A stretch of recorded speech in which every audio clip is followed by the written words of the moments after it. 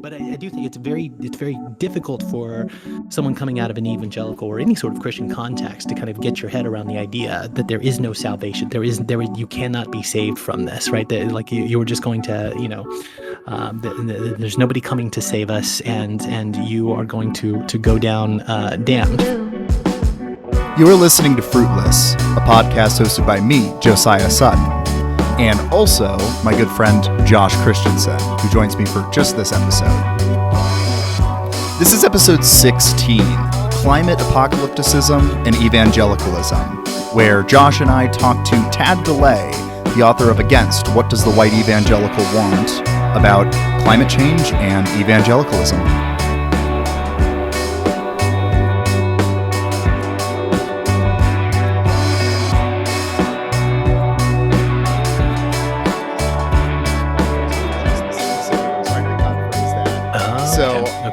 Maybe I'll go ahead and say, welcome to Fruitless. I'm joined today by Josh Christianson. Hello. I've been here before. You've been here before, and he is joining me as a second mic as a co-host to talk to Tad DeLay, author of Against, What Does the White Evangelical Want? Thanks for inviting me on. Excited to be here. Yeah.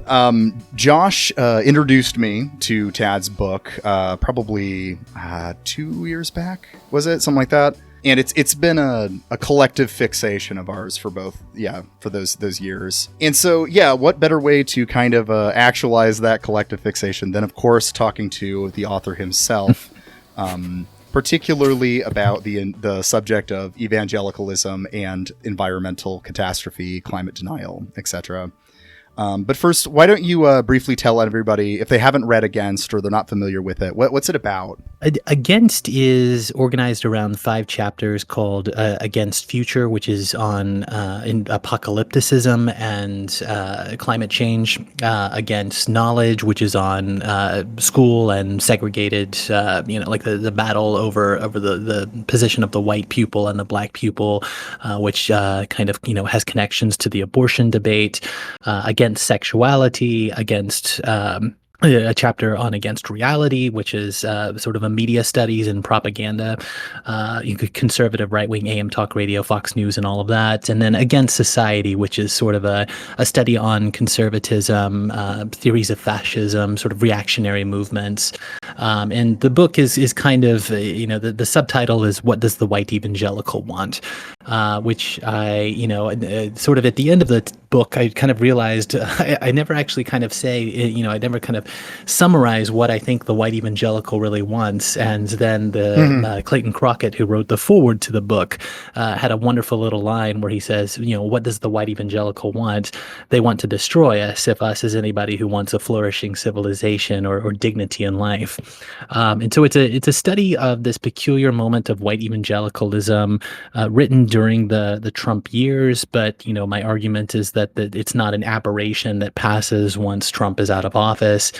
This is sort of a long-term project that has been kind of with us more or less for a little over a half century now. I kind of think of white evangelicalism as being born in the aftermath of the desegregated school, and I try to kind of backdate it more to that region of time rather than the traditional way of thinking about it as sort of a reaction to Roe versus Wade in the late 70s and early 80s. I'm really trying to think about like what this reactionary movement wants, why it is so hostile, why it seems to have no problem sort of alienating its grandchildren or even wishing away the world, and to say it all, create this massive destruction machine in the form of the Republican Party. And support ecocidal politics that are going to trigger a 6th mass extinction event while we laugh ourselves into the grave. Yeah. Oh man. So that's the general project. Yeah. And it's a fantastic book. I think a lot of the reason that it grabbed me so much was your claim that it was the most dangerous religious, belief system that's ever been produced. And at the time, I remember when when I read that claim, I kind of was taken aback, and I'm like, I don't know if that's true. And then it was when you got into the climate, proceeded on into the discussion of climate change and the reminder that these beliefs are held by people who have the power to end the world, that suddenly the belief system started to feel less like, just the thing I grew up with and more a potentially dangerous political weapon, an incredibly dangerous political weapon. Yes, I should say. Yeah, I mean, my intuition has been for quite some time, kind of going back through my doctoral studies and even kind of during my first master's when I was studying theology. I've had this intuition that kind of a lot of the indifference that we see towards ecological policy has a lot to do with the biggest voter base within the Republican Party just genuinely not believing that there will be a 22nd century at all. So we have pretty good polling data on this, not as good as I wish that we had, but I think it's fair to say that depending on how you word the question, and how you word the question matters, whether you ask people, will Jesus come back in the next 5 decades, or will Jesus come back in your lifetime? Those are two very different questions that tap into different types of anxieties, whether you're worried about dying or would prefer to have your life cut short and so forth. But depending on how we word the question, something like 1/5 to 1/3 of Americans don't believe that there will be a 22nd century at all. Among white evangelicals, it's closer to 2/3. That's a fairly small percentage of the population. Only about 1 in 6 Americans are white evangelicals, and it's shrinking a little bit due to demographic changes. But it does play an outsized role in Republican politics. I'll also say that it's not clear to me that even if we had 100% belief in a 22nd century and 100% belief in climate change being fueled by fossil fuels, it's not necessarily clear to me that would have a massive effect on ecological policy, right? Because we're still kind of trapped within this capitalist machine that has what Marx calls a law of accumulation that will exploit the easiest return on investment, right? So, the evangelical Christian doesn't believe there will be a 22nd century. Wall Street believes that fossil fuel resources are worth $2.4 quadrillion, right? It's those types of interests Right. can kind of resonate in a way, right? Yeah, absolutely. I'm blanking now on the phrase you use in the book specifically, but the sense in which they kind of work together, that they are they have resonance. That's a specific phrase. Yeah. A resonance machine. Yeah, that's a term that comes from the Johns Hopkins political theorist William Connolly, who talks about it's a Deleuzian influence, a resonance between Wall Street and evangelical Christianity, not so that one is the puppet of the other, but that they don't share the identical goals, obviously. But they share resonances, so the idea that one believes in kind of literal future denial in the white evangelicals case, and then Wall Street, the capitalist doesn't. The capitalist believes in the future in a sense, but they can't really think about the future more than a few financial quarters ahead, right? They have some places on the books where they're thinking in terms of 20-year bonds, but that's about the extent, right? There's no incentive to care about what happens by 2050 in terms of net zero emissions. Certainly not 2500 when we think that the seas will swallow the coasts, right?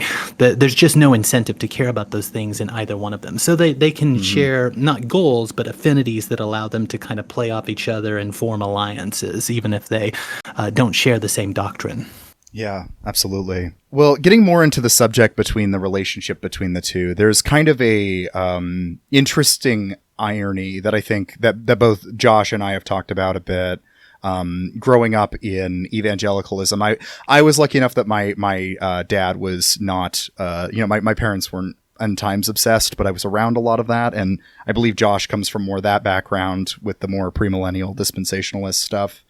But there's kind of an interesting irony growing up evangelical and resonating, like genuinely believing the world will end within the next, either your lifetime or your children's lifetime. And then getting older and realizing that is true in a different way, in the sense of climate disaster.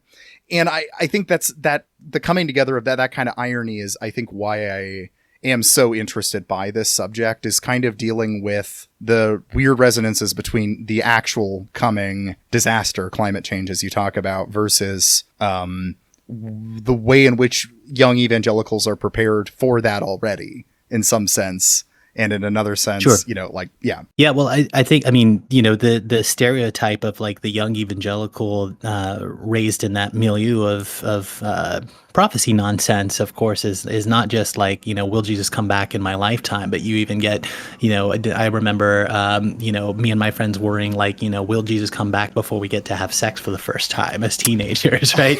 And so, in that, and it's a very it's funny, right? But like what that also attests to is a concern, not just that Jesus will come back in my lifetime or my kid's lifetime, but that it very well may happen in the next few years, right?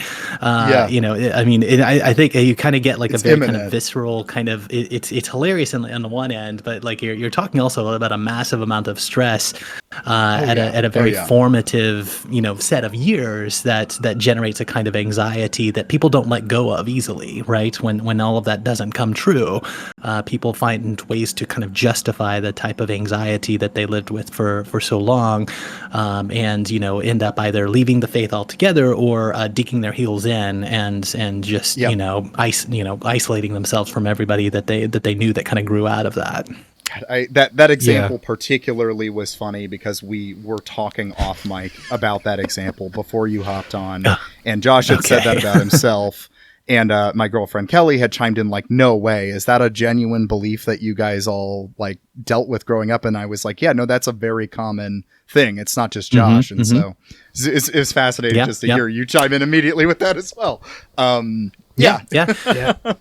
Right. Yeah. There's going along with that. Yeah. It's that anxiety, but also like this bone deep realization that your parents and caregivers don't care about your future. Like when it push comes to shove, there's like, they don't believe it's happening. Right. And there's no way around that with the climate crisis. I mean, we all make decisions every day that will be here. I mean, about 1/5 of our carbon dioxide emissions, that literally just driving to get groceries, will still be here in the atmosphere in 500,000 years. That's a long enough timeline that means that you will be helping to kill off species that have not yet evolved. And there's no way to avoid that, right? It's incomprehensible. We know that all 5 mass extinctions in Earth's history correlated strongly with drops or rises in carbon dioxide.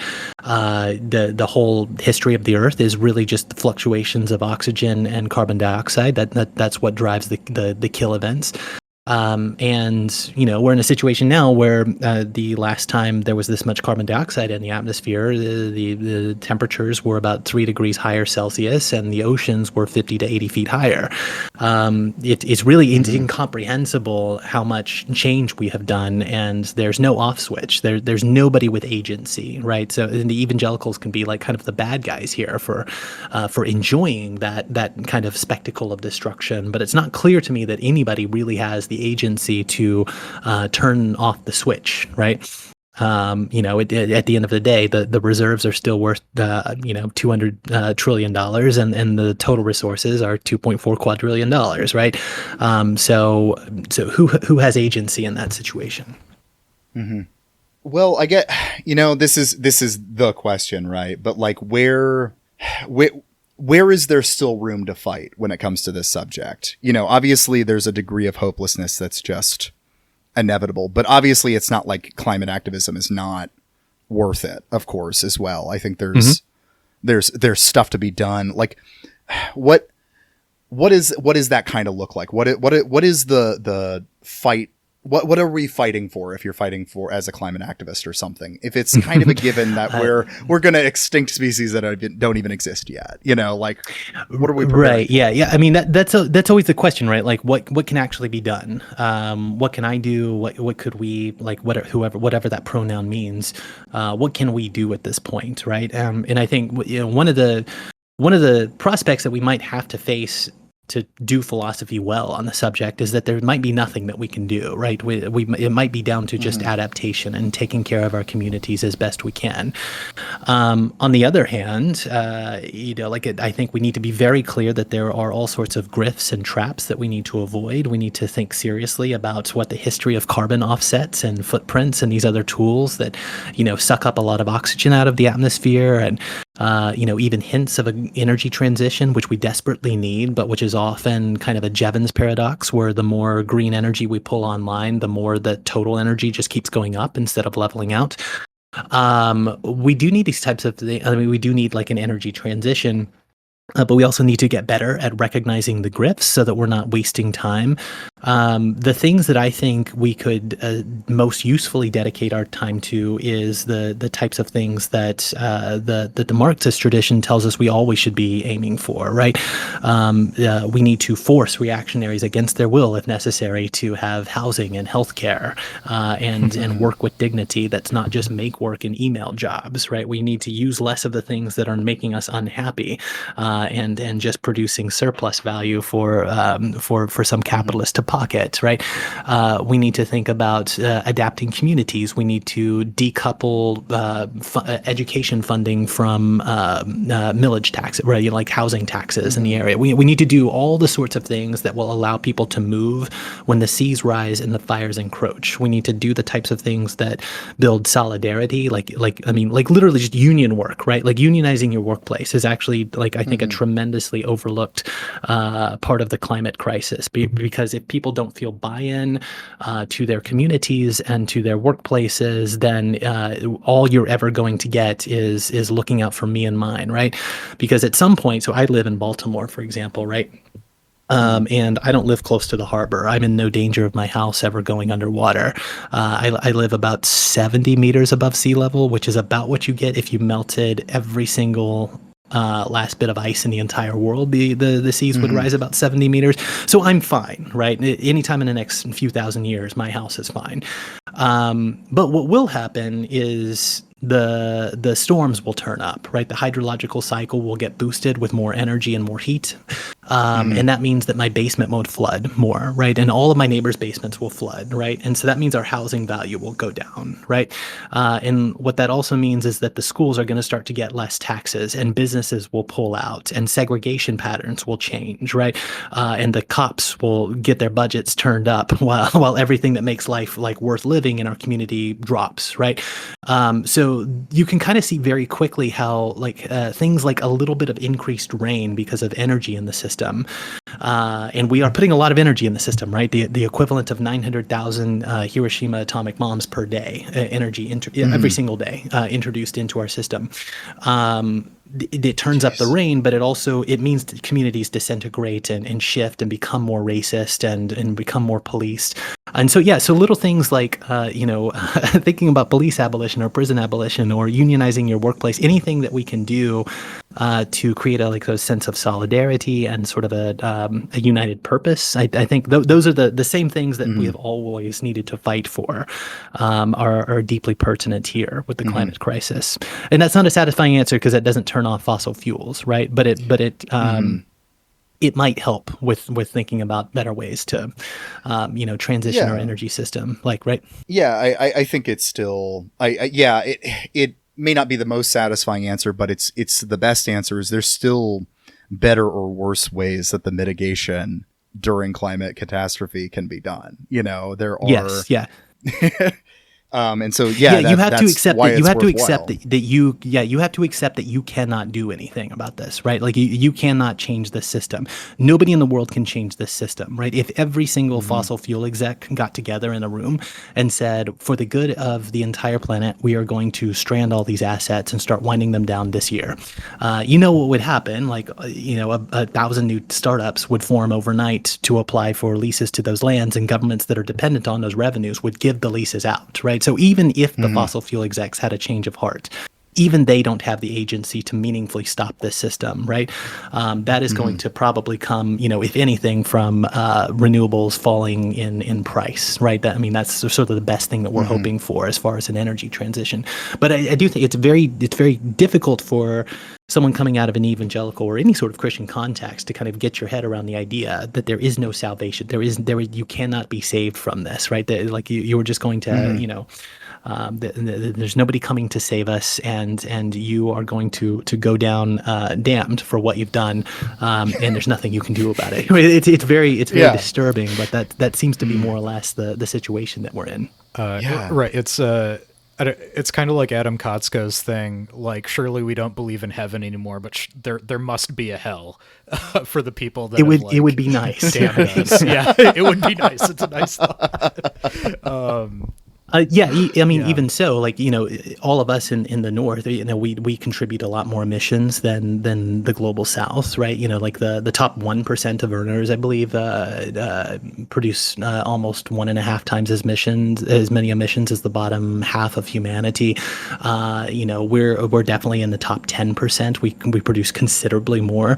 When I make that joke about driving for groceries, like, no, I mean that really is like it's our lifestyle, and it's not just driving cars. It's like our food production, like the food that we eat takes more energy to produce than it gives us in calories, right? So in any other time in history, if you take more energy inputs than you get in energy outputs, you starve to death, right? We're able to eat the way that we do because of fossil fuels, and we live on the energy equivalent of about 100 people per person in the West, right? So it's as if fossil fuels give you like kind of 100 servants that kind of like do extra work and create surplus for you, right?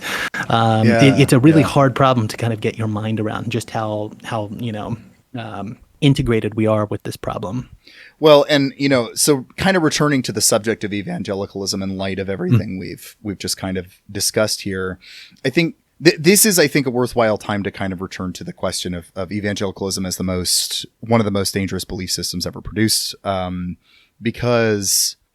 So what is the damage that evangelicalism can cause to the already existing fucked up situation?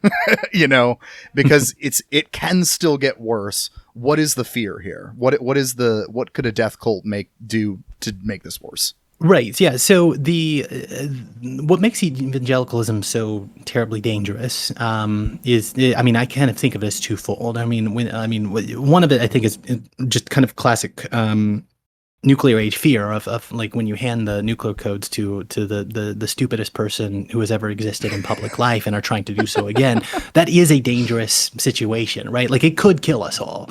That's not outside the realm of possibility. The capital class does not want that, right? So if ever their interest in ours align, perhaps the impossibility of creating surplus value in a world scorched with nuclear weapons and nuclear winter, maybe we have a little bit of safety there. But to put it, down to the question of climate change, evangelical policy or evangelical beliefs support ecocidal policy, and it's no secret, right? We don't have to like elaborate the ways in which it does that. The Republican Party treats climate change as a joke. It always has. Climate change denial is a uniquely American phenomenon that's kind of been exported in the same way that earlier in the 20th century we created evangelicalism and exported that through missionary money, much of which, by the way, was of course funded by like the Milton and Lehman Stewart, through oil money, right? So now my joke is kind of like it's very interesting that like oil funded evangelical missionaries, and now the evangelical theology, and part of that money, by the way, went to like the Scofield Reference Bible that spread the concept of this rapture, and now it's kind of coming full circle where that theology is sort of supporting and buttressing ecocidal policy, right? One sort of story that always kind of like lingers in my mind is during the Trump administration, one of the executive agencies essentially said climate change is real, it's happening, and that was fascinating enough that an executive agency within the Trump administration would say that. But they tried to quantify how a vehicle regulation would change policy, right? And they basically say, well, if these emission standards were kind of relaxed, it would turn up the temperature, but only by a fraction of a degree. It would raise the sea levels, but only by, this much of a millimeter or something like that. And they kind of lay out on paper, we're going to raise the seas and turn up the temperature by doing this, but it'll only be a little bit. And we'll get a lot more money in the meantime, right? It'll make it a lot more easy for automakers to pull in a bunch of revenue. And it's that kind of, it's a million little things like that, right? That Republicans love doing. Going forward, I will say one thing that I'm very concerned about right now is that more and more Republicans do actually believe in climate change, do think it's caused by human beings, and what that's going to do is not get them to like support like a clean, habitable, dignified future. What it's going to do is turn up the support for sentry drones on the borders, and that type of like smart border technology will of course be something that liberals lap up as well, right? It's going to be so cool when we have AI that can just detect who's a threat and just gun them down right there, or move them into a processing center where they'll never be heard from again. So as belief, especially among younger Republicans, kind of turns up on concern for climate change, there's always that fear that what that will actually do is something like violence towards migrants, or Venezuela, a country you haven't liked for different reasons in the past. Now we need to invade you because you're producing oil. Like Iran, you need to be invaded too, right? I mean, things could get quite violent as more and more belief in climate change kind of dials up, right? Yeah, I mean, a lot of these are personal obsessions of mine, dark fascinations. But yeah, something I wanted to ask you about is like, we talk about the especially and against the evangelical capitalist resonance machine, but like, I don't know, do you have any more thoughts on like the militarism of white evangelicals? I don't know. Something that comes to mind a lot is like that book and documentary Constantine's Sword about the Air Force Academy in Colorado Springs, surrounded by like Ted Haggard's megachurch, and like this critical mass of cadets were evangelical Christians and were, participating in like, anti-Semitic bullying of their fellow cadets, like based on that. And I don't know, like, even more so than that, like, I mean, there is this real like death drive and thirst for annihilation that really does get acted out in military institutions. Yeah, I am familiar with the sort of the problem. Especially, I have heard that it is particularly bad in the Air Force. I've known a few people who went through the Air Force Academy and would talk about how they have their own, Christian, like versions of the same Christian ministries that I would have encountered in college, but they, they have much more militant names, and there's a very clear like affinity between like thinking of yourself as a soldier, killing people who ought not be living anymore, and a soldier for Christ, right? I don't know where all that goes. I know that one story I talk about in my book is how interesting it was when the Islamic State came on the scene to see the Joint Chiefs of Staff talking about the unique danger that this, what they described as an apocalyptic cult, posed, right? And I thought it was just absolutely fascinating to see, like, a general in charge of an American military saying such a thing when 1 in 3 Americans and a quite large amount of the military presumably believe that the world will not be here in a century. And the difference is that unlike Islamic State, we have the nuclear weapons, we have the ability to raise the seas, and in that violence that we perpetuate, in it is, it's an imperial military. It hasn't played defense since the War of 1812, maybe, and it's an aggressive, hostile military that kills a lot of people and finds itself perfectly justified.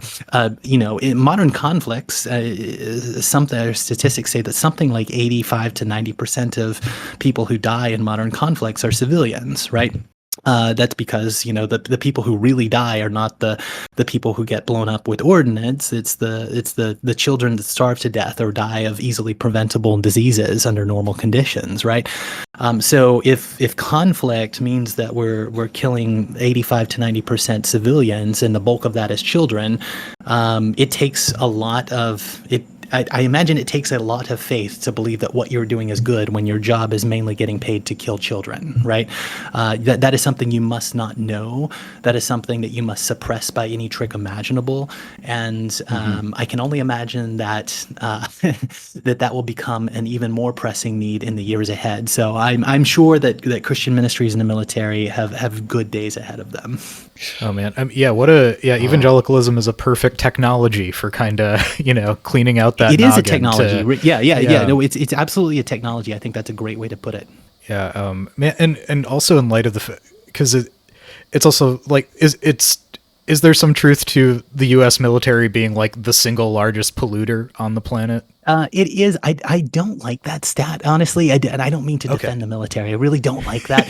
It is the single largest, but it is something like 1 or 2% of the U.S.'s pollution, right? Sort of in the same way that it's the largest employer, but it's one employer among millions of employers, or hundreds of thousands, or whatever it is, Right. employers. However, that stat, if I recall correctly, is only scope 1 and 2 emissions. Which there's an accounting system for scope 1 is what you directly burn in operation. Scope 2 is what you buy for like electricity, and scope 3 is everything kind of upstream and downstream in your supply chain. So businesses and states will use these.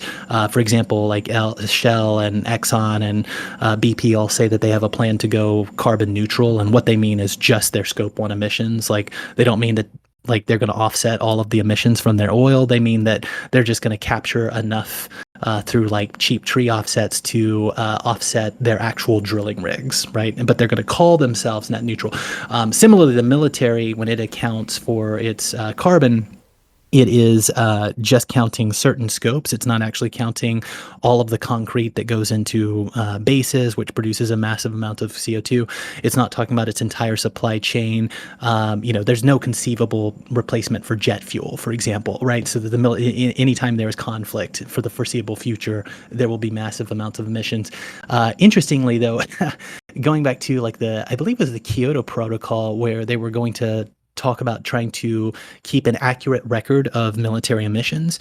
And Dick Cheney and his minions got an exemption for any military operation that's authorized by the UN, which is basically all of them. Like if we're going to invade somewhere, we go and have the UN rubber stamp things. And then to make it even worse, we didn't end up ratifying that Kyoto Protocol, right? So we kind of made this exemption just in case, and then we didn't do it, which is actually the history of liberal climate governance as well, right?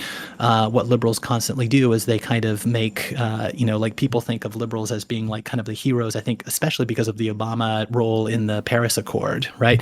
Mm-hmm. But what does he do afterwards? He comes back and like 3 weeks later, he lifts the oil export ban so that we can send all of this fracked shale oil all across the world. And then the U.S. becomes the largest exporter of gas ever, right? And so this is the constant role that the U.S. is in, whether it's liberal or conservative administrations, is being in the position of taking like a step forward and then immediately sabotaging it. And I don't think enough Americans realize that we have that role. Even Obama, even the characters that you would kind of see as like having like this, this at least veneer of caring, they are also the ones that are constantly sabotaging any progress made, and that is one of the reasons why the world has so much skepticism whenever the U.S. kind of steps in and says, you need to get net zero in 30 years mythically, just like we pretend like we're going to be, right?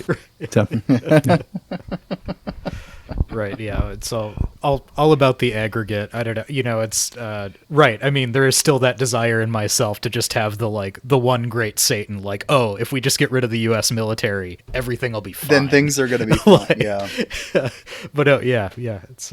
However, the push toward like fighting against militarism or policing or policing on the borders, etc., I think is still is obviously still a worthwhile fight. Of course, not implying you didn't think it was that, Josh, but it's still a worthwhile fight because, like returning kind of to the more and more militarized kind of lens and evangelicalism is kind of growing. Like evangelicalism is shrinking, but the stuff that remains is becoming more explicitly fascist and militarist, and in some sense, it seems to be, whether conscious or not, there seems to be a degree of that coming from an acknowledgement that climate change is on, is coming, because like you mentioned that this will kind of come out in like fighting at the border and stuff like that. It'll come out because, of the mass migrations that are going to take place through a climate catastrophe. And so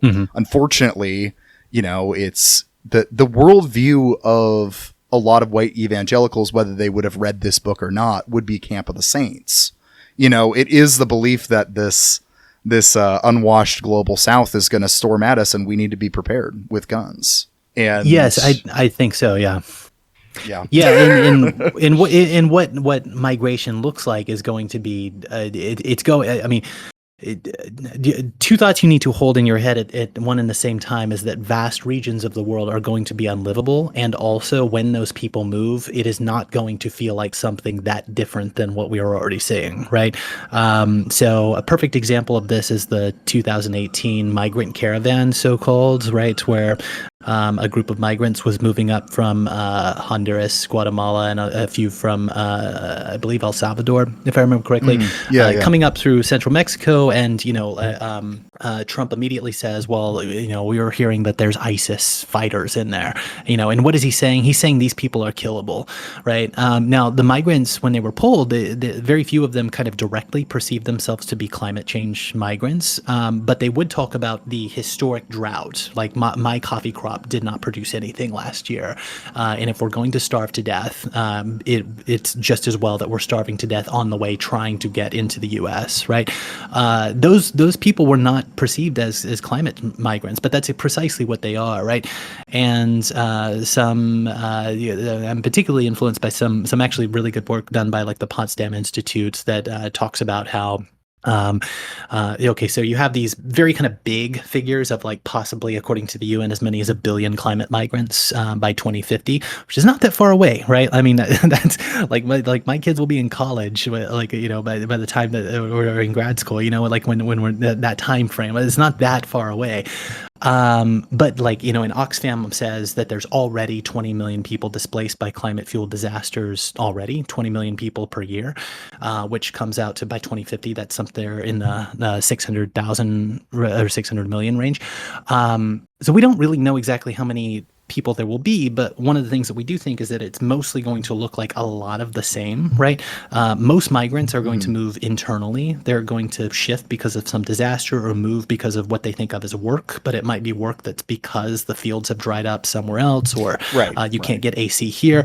And so just kind of making maybe a little further out, I don't think it's outside the realm of possibility to think of like a global behemoth like Amazon essentially starting to acquire cheap nations that are struggling financially, and creating like economic zones where it's tariff-free and export processing zones, these types of things that we're already seeing in different places in the world, where you can have essentially kind of like almost like an old school company coal town, but you can do that for producing new little treats that Amazon's going to throw at the West, and it'll be great for us, right? Like it'll be like cheaper treats than ever, but what you will see. Again, this is a little more speculative here, right?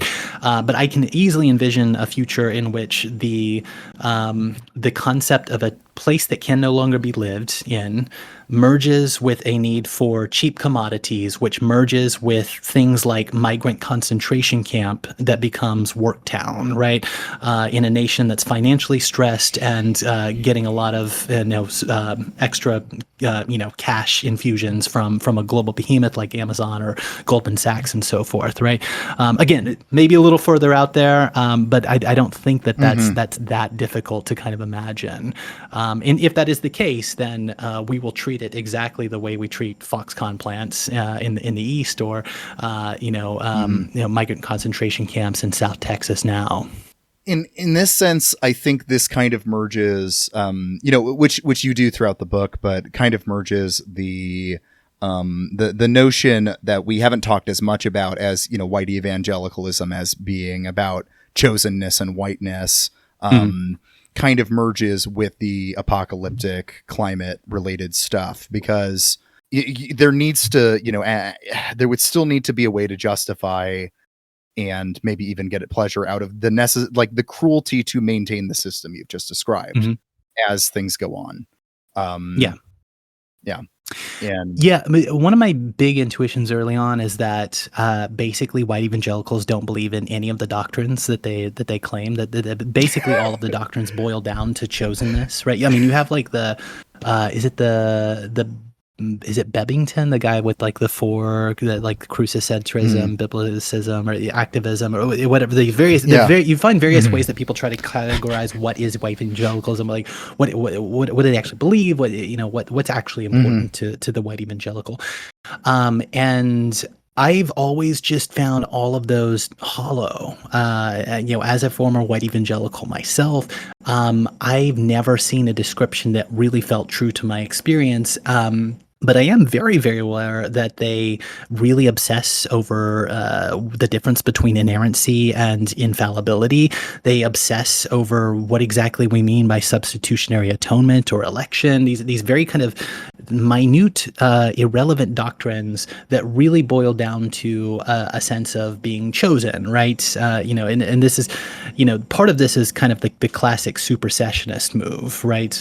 Claiming the sort of the Jewish like promise to Abraham for ourselves, and claiming that we are the real continuation of that lineage of blessing and so forth, right?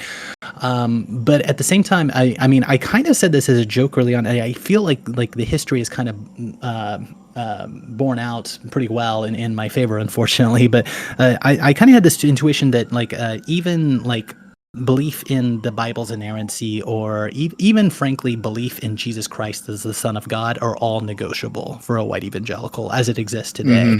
I think the way that we've seen statistical data since the end of the Trump administration kind of bear out that people who call themselves white evangelicals often aren't churchgoers anymore. They don't seem to believe anything or have necessarily any sort of religious connection, which is unfathomable even a decade ago, that a white evangelical would be defined by not going to church.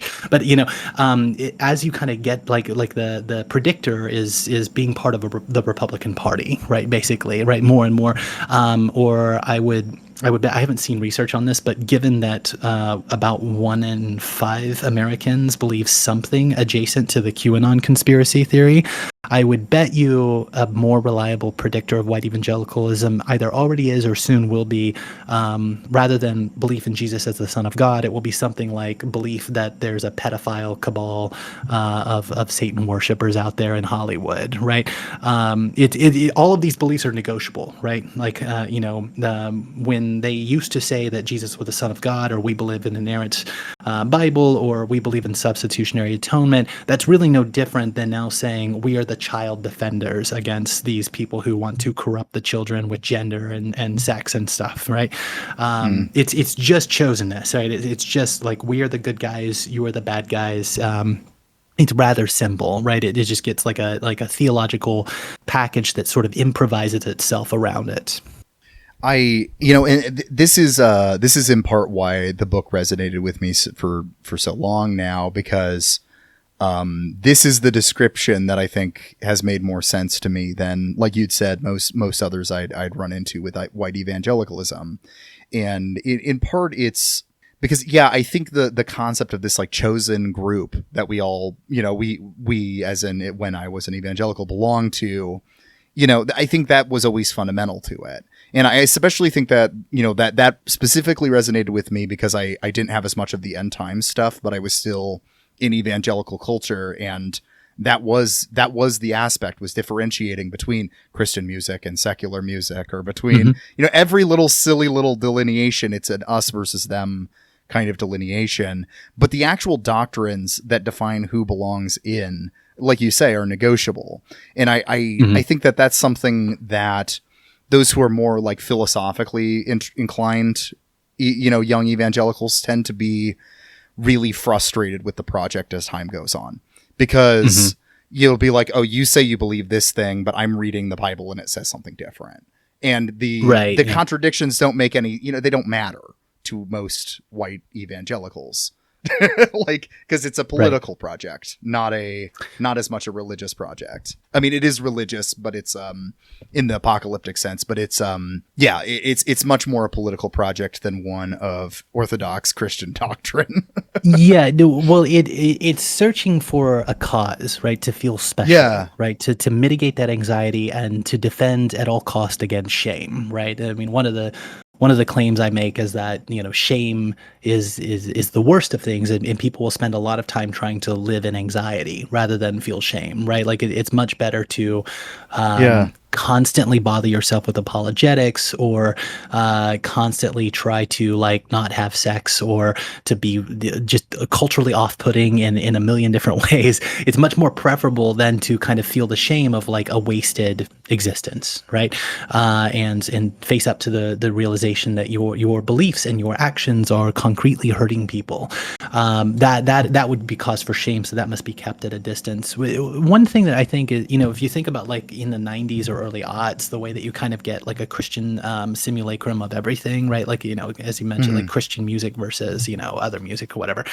You have this kind of like fraught moment after the end of the Cold War, where all of this kind of like anti-communist hysteria, which was kind of built around not just opposition to communism, but, there was also the figure of the, anti-communism also had like anti-black impulses. It definitely had like an anti-gay element, if you think back to like the types of things that McCarthy was actually persecuting and stuff, right?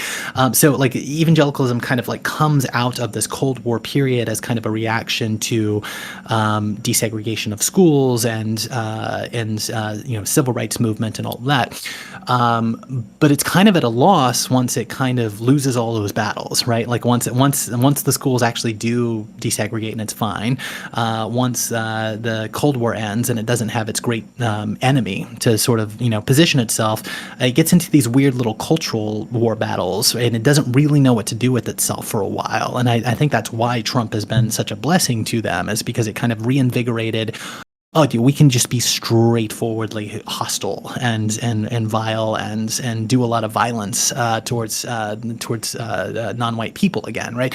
And I think, and I don't mean that like in sort of the metaphor that this kind of comes back to me is in their book Merchants of Doubt, Conway and Oreskes basically look at these 4 or 5 characters who kind of pop up in a series of catastrophically evil causes. Basically 4 or 5 guys, all scientists and so forth, or very clever marketers, were involved with defending big tobacco from claims that cigarettes cause cancer. They were involved in arguing that nuclear war would be survivable, and arguing for Reagan's Star Wars program to shoot down ICBMs with lasers. They were they were engaged with claiming that destroying the ozone would not be so bad. Like just baseline everybody getting cancer. Who cares? We can survive it or whatever. They did all of these evil things, but like one of the arguments is that after the end of the Cold War, they basically didn't have a cause anymore. They had kind of run as far as they could on the smoking thing. They didn't have a Reagan Star Wars program to deal with anymore. The Montreal Protocol had kind of settled the ozone CFC's debate. So they were kind of adrift at the end of the Cold War, right? And what saved them was James Hansen, testifying before Congress in 1988 that the world was warming, that it was going to warm, and it had already begun. The same year that the IPCC started, the Intergovernmental Panel on Climate Change, and this growing awareness that we're going to have to do something about this, right? So this same group of guys starts just, they start off with the Marshall Institute. Now we have like the Heartland, Institute Project, whatever it is called. You have all of these conservative think tanks, Cato, that kind of pop up, and whereas before they didn't have their Cold War to fight anymore, but in climate change they got a new life, right? And I think that there's more than a little resonance with how evangelicalism was kind of adrift after it kind of lost its segregation battles, and not really won the Cold War, but more or less didn't have that to kind of oppose itself to. It was kind of adrift for a while, right? And it just so happened that these conservative think tanks for the fossil fuel industry kind of were able to link up with them in the aughts and the 2010s and give it a new life, right? So that now they can be sort of fully expressive of the racism and the hostility, but also the ecocidal policy that's been sort of nurtured within by the people who have the money, right? So right. I mean, yeah, just going back to Against and what drew me back to it, it was like the first book I read that just like called evangelicalism on all its bullshit, like just all the Very effective, disavowals, all the deflections, it's just like, no, it's about desire. Fuck what they're saying. Like it's, actions attest thank to you. beliefs rather than just what they're saying, so, I don't know. Yeah. Going through it really made me feel less insane. Cause one of the nicest things I can hear as an author. I genuinely do. I love that. I appreciate that very much. No, I mean, that is, I think, that's, I hear some version of that by nearly everybody who was kind of raised in that environment, that kind of says like, this feels like it was naming something that needed to be named, and too many people dance around that, and so it is very kind. I really appreciate when people say something to that effect, because it was kind of scary on the one hand, right? Because I'm kind of bearing my soul. I'm saying that I more or less survived this, which means that I have all kinds of weird stuff in my background that I'm still trying to sort out, right, in a way. And this book was kind of like a process of kind of like answering some questions. And it's been so deeply meaningful to me that it's resonated with others as well. Yeah. Because I think, like, I mean, I was born in '89, like right at the end of the Cold War, into this adrift evangelicalism, kind of rode out the the turbulence and aimlessness of the 90s, and then 9/11 hits. So there's a couple of these causes that kind of like solidify, but I mean it's a unique. I mean, yeah, right. We're both millennials. Like it's like sort of this uniquely insane time to be alive and formed and right.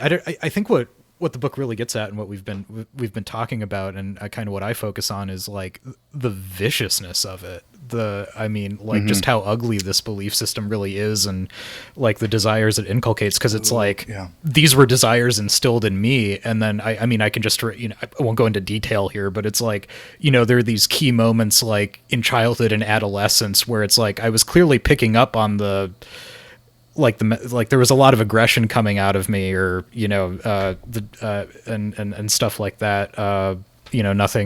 Nothing too insane, but just like utterances, things I thought that would be acceptable, that really disturbed the adults in my life. Because you said explicitly what they were saying implicitly. Right. Yeah. And then it's like, then I read this book and it's like, all right. I'm not, Yeah, I was like, I'm not insane. Like what was there was always there.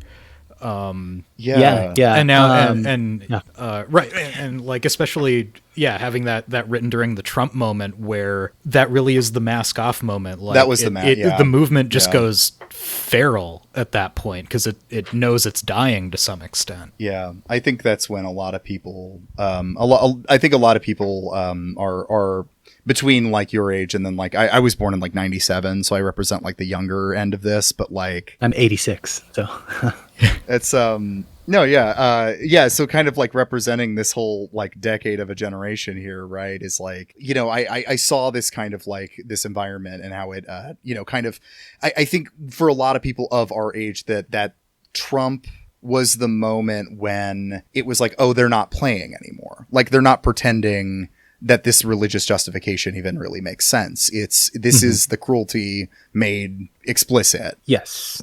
Yeah. I mean, I feel like I was pretty like politically formed by kind of three moments in my kind of adult life after college. And one of them would have been the Great Recession that I graduated into. And just felt like, like the so many of us in the older millennial cohort just felt like it was a catastrophic loss of the future, right? I mean, I literally graduated and I worked a tech support job for AT&T because nobody was hiring. That got me into grad school. But once I was in grad school, I had this other moment where, Trayvon Martin is murdered, and then Darren Wilson gets off for killing Michael Brown. And so you have these I'm starting to find myself like marching in the streets with people, but also seeing, family members and former friends on social media being like, I wish they would just, run these people down, right? Just run them over with their cars. And I also like watch people think it was really cool when conservative legislatures were like passing laws to make that more okay, right? Which especially happened quite a bit again with the George Floyd protest in 2020. But then there was this moment of like the Trump administration was just something like just next level, right? The idea that you could get like so viscerally excited about somebody who's, you know, talking about, deporting 7 million people and bragging about, sexual assault and so forth. And I always have this one moment that really crystallized it for me when the Access Hollywood tape came out. And, so many people were saying, that's it. His campaign's over. He just lost the election. And there was this other minority of perspective. I think I only heard women say this. But the other perspective was, whereas some people were saying he's bragging about sexual assault, he just lost the election. Other people were saying this, smaller number of people were saying, oh my God, he's bragging about sexual assault. He just won the election. Right. And I really remember viscerally hearing people like say like, oh my God, he's bragging about this. This is going to get it for him. He's going to win. And knowing deeply that had to be true. Right. That's funny. That's cool in white evangelicalism. Right. And it's fine because God can, you pray for forgiveness. You're fine. Right. Like that to me was kind of like a politically, formative, I guess, I don't know. Well, it's not that it concretely changed anything, right? At the same time, it was just the manifestation of an ideological disposition. So it doesn't concretely change the material reality, right? If we're kind of getting back into a Marxist perspective. And of course, there's no shortage of liberals who have those kind of same like vulgar impulses and histories as well, right? It was just that it was so out in the open, and all of my impulses that kind of said, I don't think that white evangelicals care about anything that they say they do.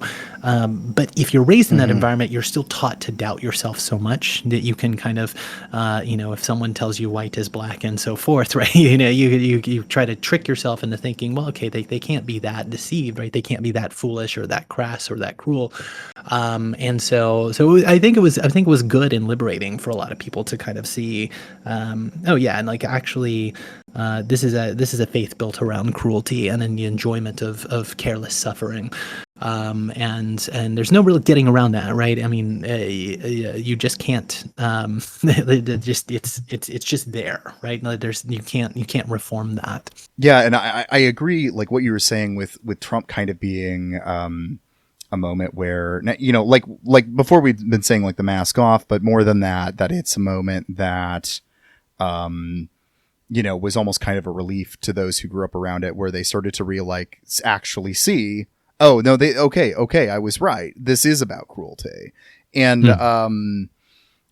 so in the previous episode of this show, I interviewed another guy, Josh Borman, who was talking a bit about his upbringing, and he had brought up this notion of not being allowed to express anger growing up and building up a lot of resentment. And we had kind of come to a conclusion that environment in some ways makes perfect sense out of Trump, because it's a way to have someone else do your cruelty for you. If you're like not comfortable with fully expressing that anger, although of course they have now become more and more comfortable expressing that anger and that cruelty throughout the Trump admin, but at least the initial attraction seems to be that outlet, that ability to express that cruelty that was building up and innate in the belief system. I don't know. Right. Yeah. And I don't know about that, like that may be a good way to put it. Something I'm also kind of like always kind of, back of mind is that what Trump does is kind of save white evangelicalism by allowing it to enact a certain fantasy scenario. And I mean, one way to kind of maybe put this is like, I'm not actually sure how many white evangelicals I know, from my past that would actually want to persecute me, right? I know there's all sorts of fantasies about persecuting people. Like I know they would post memes about it and cheer it on if it happened, but I don't know how many of them would actually do a cruel act, right? I don't know how many of them would actually pick up a gun if Trump asked for people to come free him or whatever, if he goes to prison or whatever, which was of course not going to happen. But I think it's that sense of like not knowing how serious the cruelty is that's really disorienting, right? It's the people can post memes all day, people can like cheer on the violence, but at the end of the day, they're sitting in their house just kind of alone. They've, isolated, they've alienated themselves from their grandchildren and so forth. And they're just lonely, right? And the only way they can kind of suture that loneliness to something like meaning is by kind of living into the violent fantasy and the edgelording and so forth, right? So I don't know. I don't mean to like stick up for them here, but there is that aspect too of like how much of this is an actual threat, right? Because in liberal world, like Trumpism is constantly perceived as like the end of the world, like DEFCON 1 threat, right? And if taking things from like a sort of a more Marxist perspective, like I'm inclined to, Trump is kind of in a little bit of an aberration, but just kind of in his style, right? And he's carrying on basically so that things can remain the same, right? And that's not even just like an aberration for Republicans. It's also like Trump does this, Title 42, illegal, depriving people of asylum rights, and then Biden continues, right? Trump, ramps up fossil fuel extraction, and Biden comes and issues even more permits, right? We have the classic example of Obama, deporting more people than ever before, right? So many of these things are actually just kind of continuations, and I think it's important to kind of keep that in mind. Because it is easy to make an enemy of somebody just because they're so kind of over the top, ridiculous, and stupid, right? So, anyways, now I've defended white evangelicals and defended Trump and all of that, So, because back me into a quarter here, right? Well, yeah. Ultimately, the chuds are mostly like, depressed middle class white people. Like, they can afford the guns, but like they're so bound to their own comfort that like they're just ultimately they're not going to do anything about it. Right. Yeah. I mean, I think if there was anything like really I don't know, illuminating in a positive sense from that whole, those 4 years. It's probably the way that it kind of radicalized people. It made things like a Rashida Tlaib or an AOC possible, or a Bernie campaign that was, on path to win before the Democrats kind of shut that whole thing down. But it made like kind of a little bit more of a social democracy, slightly left of center opening. Possible in a way that I don't think would have been possible without the mass disgust, right? So that's very interesting, because it wasn't as if the material conditions were significantly changed. It was just kind of a realization that like, oh no, like Trumpism is more vulgar, but actually liberals are promising something that's kind of in the same vicinity. They both don't want you to have healthcare. They both don't want to lower the rent. They both don't want migrants here, and so there was like a little bit of a left opening that I think is very kind of maybe something worth kind of thinking about, especially as we kind of enter into sort of a 50-50 shot at a second Trump administration, right? Yeah, absolutely. Well, so moving on from this conversation here a little bit, I know that you are working on a new book, specifically focused on climate change and that kind of, subject matter. Do you want to say a little bit about that, or? Yes, I'm extremely excited. It should be out, I believe, in April of 2024. The book is called Future of Denial: The Ideologies of Climate Change. It was born of a moment where, the COVID lockdowns were happening, and the Bernie campaign had flamed out, and I was sort of just kind of back in my mind, I was kind of aggregating stories and bookmarking stories that just felt like weird forms of climate denial. I think part of that started with, kind of the Corbyn platform and the Bernie campaign basically within a few months of each other proposed the most ambitious climate platforms ever in the UK and the US, and those were stamped down, and it was kind of this intuition that, oh no, like the liberals will not allow this to happen the way that we need it to happen, right? That the liberals can't be counted on. And at the same time, I was kind of noticing stories of like Greece putting up nets in the Aegean Sea to capture and drown migrants. the reports that drone strikes basically happen on the aridity line, where people are stressed. There's a state on the eastern seaboard that responded to predictions of sea level rise and the way that it would affect property values by passing a law to make it illegal to form policy around sea level rise projections. There were just all these little stories that I started accumulating that felt like climate denial to me. It's very interesting to me that, as a religion scholar and a philosopher, that we talk about denial so differently in climate change than we do in basically every other subject. So I'm not trying to torture some new definition of denial. I'm saying that we talk about climate denial like it's just the problem of people saying, I don't believe in climate change, or I don't believe it's human caused. Every other area of life, if you think about, like, you might say a teenager's in denial about their mortality, enacted by smoking a cigarette or driving recklessly. You might say somebody is in denial about their fading youth by having a midlife crisis and an affair or something like that, right? We talk about people enacting denial all of the time in kind of material ways, but just not in climate change. With climate change, we're Protestants. You have to think the correct thoughts in order to be saved, right? And so I'd been, sort of working out a lot of thoughts like that. And one day, just an editor from Verso had heard about me because of the Magnificast and this book Against, contacted me and, said, do you maybe have like an idea that you're working on? And I kind of did. And so for the last, I guess, going on like 2.5 years now, I've just been piling climate change into my head constantly. I've tried to learn the physics really well. I've learned carbon markets, the migrant violence, the whole history of the paleoclimate record and how it tracks with carbon dioxide. I've tried to do something that I couldn't find numbers anywhere clearly very satisfying, which is just adding up how much the actual value of all fossil fuels is. That seems like kind of an important question, kind of along the same lines of how many Americans don't believe there will be a 22nd century, but it's not something that I could ever find a good number on. So I tried to kind of aggregate all of these questions that I had kind of as a religion scholar, who will tell you, the way that people behave religiously has almost nothing to do with what the doctrines are, right? It's never the correct thoughts that actually drive group behavior. So how can we think about climate change in a way that does not do what most IPCC scientists will say, is that we need to like get more people believing correctly, right? We need to ramp up the correct thoughts.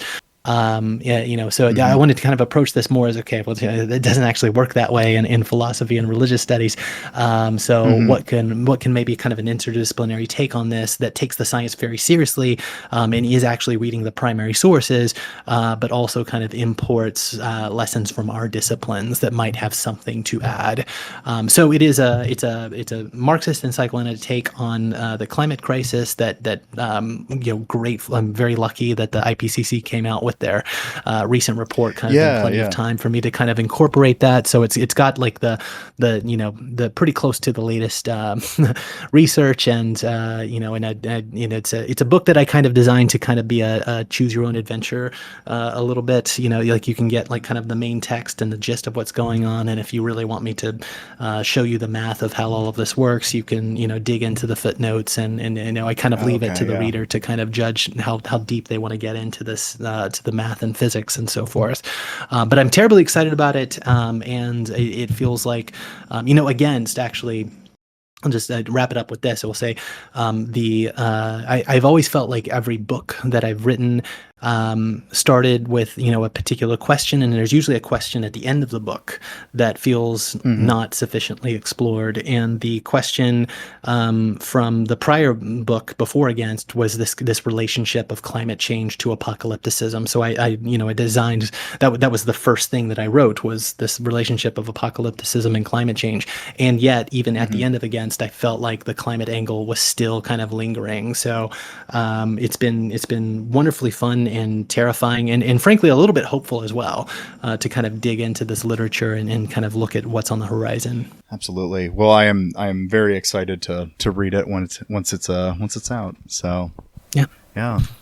Well, I don't know if there's anything else you want to plug before we kind of wrap up here. I don't know. Do you have anything else you want to reference? No, I mean, I think if anybody wants a preview, a few weeks ago I published an article in Protean magazine that you can find online if you just search Tad Delay, and the article titles "The Gilded Age of Carbon." That gives kind of a preview. It's kind of an engagement with this problem of offsets and what they actually are, and how we can actually add up, whether or not they're making a difference, and why is it that companies increasingly claim to be carbon neutral when they're actually not, right? And why is that legal to do? So yeah, if anybody wants kind of a preview of what I'm working on, that would be a great place to start. But nothing else to plug now. Absolutely, I'll put that in the show notes for anyone who's interested. If you want to find me, I'm on Twitter, sort of. I'm on Blue Sky as well, and so there we go. All right, well, I think that's it. Thank you, everybody, for listening to Fruitless, and thank you, Tad, for joining us. Thank you so much for listening to Fruitless. This show is, of course, brought to you by our patrons, our only patron right now, Chris Barker. Shout out to Chris Barker. If you want to join the list of names at the end of the episode, check out the Patreon in the show notes. And if you like what you heard today, consider leaving a review on Apple Podcasts and maybe checking out the back catalog. The Patreon is growing a little bit here. We will have some bonus content soon, one of them being Josh Christianson joining me again to kind of reflect on the last 2 interviews that we've had on evangelicalism and maybe talk a little more personally. So consider becoming a patron to hear that. And have a wonderful day.